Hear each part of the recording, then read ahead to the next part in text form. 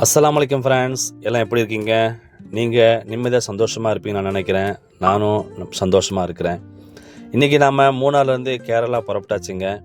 கேரளாவில் நாம் வந்தவுடனே முதல்ல பார்த்தது இந்த பள்ளிவாசல் தாங்க. ரூமுக்கு பக்கத்திலே இருந்துச்சு இந்த பள்ளிவாசல். அதனால் வந்தவுடனே லுஹருடைய தொழுகை இங்கே தொழுதுட்டு பக்கத்தில் எங்கே சாப்பாடு கிடைக்கும்னு சொல்லி பார்த்தாங்க. நல்ல ஹோட்டலாக இருந்துச்சு. ஆனால் அவரும் அந்த கொட்டை அரிசி தான் போட்டாங்க. அதனால் வேண்டான்னு சொல்லிவிட்டு நம்ம பழையபடி பரோட்டாவும் மீன் குழம்பு வாங்கிட்டு சாப்பிட்டு கஸ்டமர் பீச்சுக்கு போகலாம் அப்படின்னாங்க. பீச்சுடைய பேர் பார்த்தீங்கன்னா மராரி. இந்த பீச்சு அலப்பியிலேருந்து ஒரு 15 கிலோமீட்டர் பக்கத்தில் இருக்குது. ரொம்ப அழகாக இருந்துச்சு. மாலை நேரத்தில் பார்த்தா ரொம்ப நிறைய கூட்டம் இருக்குது. இங்கேயும் நிறையா கடைகள் இருக்குது. கார் பார்க்கிங் உண்டான வசதி இருக்குது. ரெஸ்ட் ரூம் உண்டான ஃபெசிலிட்டி இருக்குது. ரொம்ப இயற்கையாக இருந்துச்சு. நிறைய மக்கள் இதை விரும்பி பார்க்குறாங்க. கடல் அலைகள் சாயந்தரம் அப்படிங்கிறதுனால ரொம்ப ஆக்ரோஷமாக இருக்குது. பகல் நேரத்தில் விட இரவு நேரத்தில் தான் அதிகமாக இருக்குன்னு சொல்லி சொல்கிறாங்க. நாம் அந்த கடல் பக்கத்தில் நின்றுட்டு கொஞ்சம் நேரம் அதை ரசிச்சுட்டு அங்கே நிறைய பேர் தெரிஞ்சவங்களாம் இருந்தாங்க. அவங்கள்ட்டையும் கொஞ்சம் பேசிட்டு கடைங்களில் போய் ஸ்நாக்ஸ் சாப்பிட்லாம் அப்படின்னு போனோம். பக்கத்தில் கூடார மாதிரி இருக்குது இல்லைங்களா, இதுதான் அந்த கடைங்க. அந்த கடைங்களில் விதவிதமான ஃபுட் இருக்குதுங்க. நான் அதை ஃபஸ்ட்டு பார்த்தவொடனே இது ஒரு மேளா மாதிரி அப்படின்னு நினச்சேன். நம்ம ஊர்லலாம் மேளா இந்த மாதிரி தான் போடுவாங்க. ஆனால் இது எல்லாமே சாப்பிடக்கூடிய ஸ்நாக்ஸ் ஷாப் தாங்க. எல்லா விதமான Indian, north Indian, Chinese food எல்லாமே வச்சுருக்குறாங்க. பக்கத்தில் சின்ன சின்ன போட்ஸ்லாம் இருக்குது. பகல் நேரத்தில் வந்தோம் அப்படின்னா போட்டுக்காரங்கள்ட்ட கொஞ்சம் பணம் கொடுத்து அழகாக கடலில் ட்ராவல் பண்ணலாங்க. ரொம்ப எக்ஸைட்மெண்ட்டாக இருக்கும். இதுதான் நம்முடைய கேரளாவுடைய கடைசி ட்ரிப்புங்க.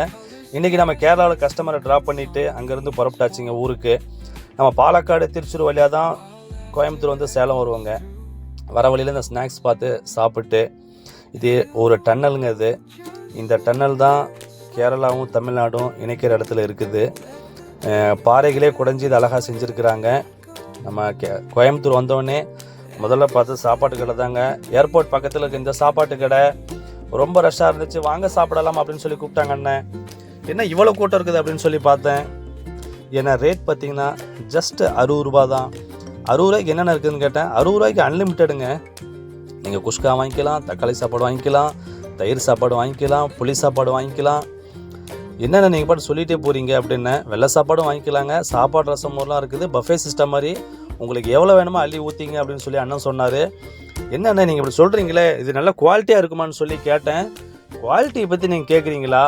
முதல்ல ஒரு சாப்பாடு வாங்குங்க பிரதர், அதுக்கப்புறம் குவாலிட்டியை பேசுங்க அப்படின்னாரு. பாருங்கள், இது ஏர்போர்ட்டுடைய காம்பவுண்ட் தான். அது இந்த கடையில் போட்ட குஷ்காவுடைய வாசனையை மோந்துட்டு பைலட்ஸ் கூட 2 பேர் 2 குஷ்கா ஆர்டர் பண்ண தான் அங்கே பேசிகிட்டு இருந்தாங்க.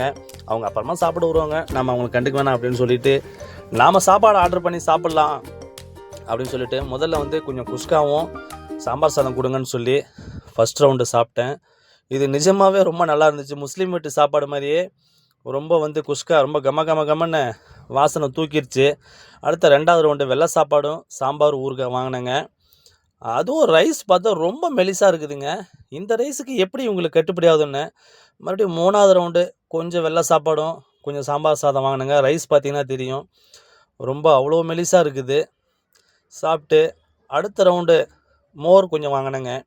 லைட்டாக சாப்பிட்றலாம், நம்ம ட்ராவலிங் இருக்கிறனால பசிக்குமில்ல அப்படின்னு சொல்லிட்டு மோர் சாப்பிட்டு அதுக்கப்புறம் கடைசி பட்சமாக அந்த தட்டில் இருக்கிற ஒரு பருக்கை கூட வேஸ்ட் பண்ணாமல் அல்லாவுக்கு நன்றி சொல்லிவிட்டு இந்த ட்ரிப்பு கொடுத்த இறைவனுக்கு நன்றி சொல்லிவிட்டு கோயம்புத்தூர்லேருந்து சேலம் வந்தாச்சு.